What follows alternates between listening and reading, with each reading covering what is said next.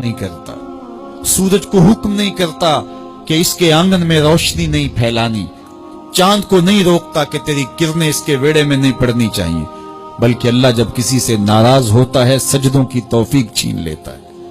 سجدوں کی توفیق چھن گئی تو پھر سمجھو اللہ ناراض ہے، اللہ راضی نہیں ہے۔ اور اگر سجدوں کی توفیق نصیب ہو جائے، کسی نے واصف علی واصف مرحوم سے پوچھا تھا کہ کیسے ہمیں پتا چلے گا کہ ہماری نماز قبول ہو گئی ہے، تو انہوں نے کہا تھا ایک نماز کے بعد دوسری عطا ہو جائے تو سمجھ لو پہلی قبول ہو گئی ہے۔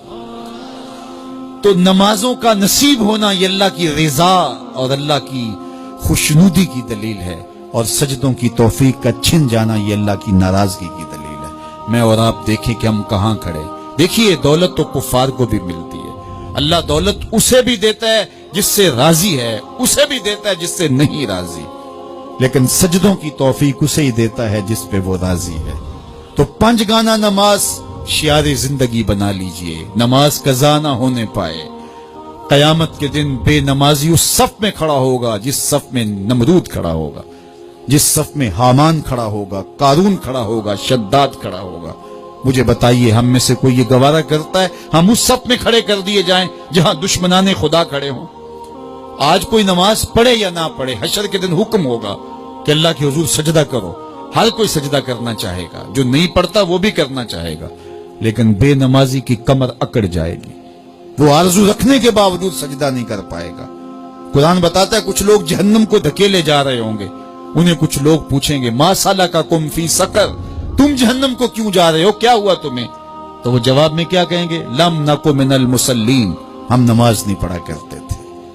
سب سے پہلا حساب قیامت کے دن جو بندے سے لیا جائے گا وہ نماز کا لیا جائے گا۔ پہلا سوال بندے سے یہ ہوگا۔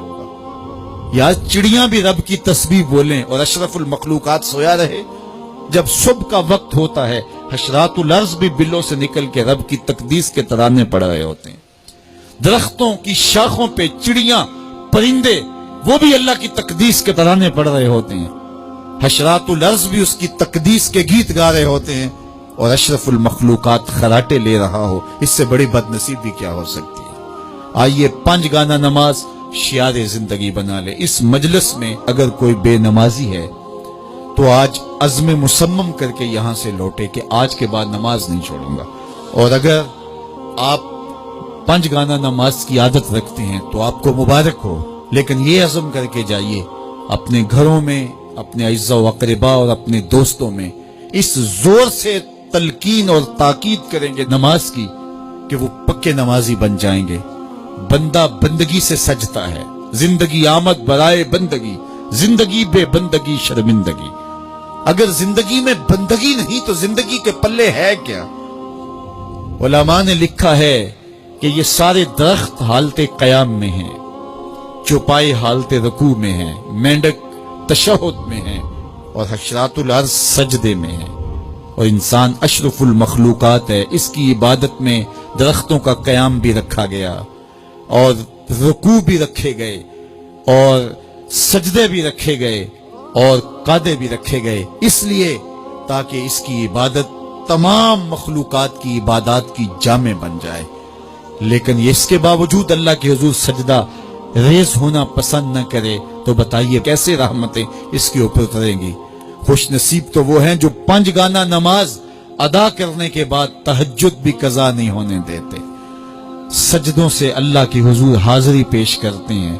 سب سے زیادہ بندہ اللہ کے اس وقت قریب ہوتا ہے جب سجدے میں سر رکھا ہوا ہوتا ہے۔ انسان کے اشرف اعضاء اس کے سر میں ہیں، بولنے کی قوت زبان سر میں، دیکھنے کی قوت آنکھیں سر میں، سونگنے کی قوت ناک سر میں، چکھنے کی قوت زبان سر میں، سننے کی قوت کان سر میں، سوچنے کی قوت دماغ سر میں، اور سر مالک کے در پہ۔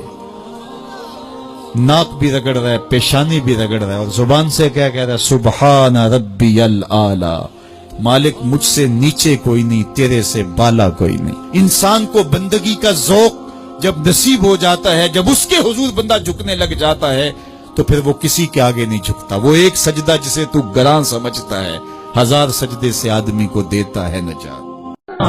اس ویڈیو کو شیئر ضرور کریں، ہو سکتا ہے آپ کے ایک شیئر سے یہ بات کسی کے دل میں اتر جائے۔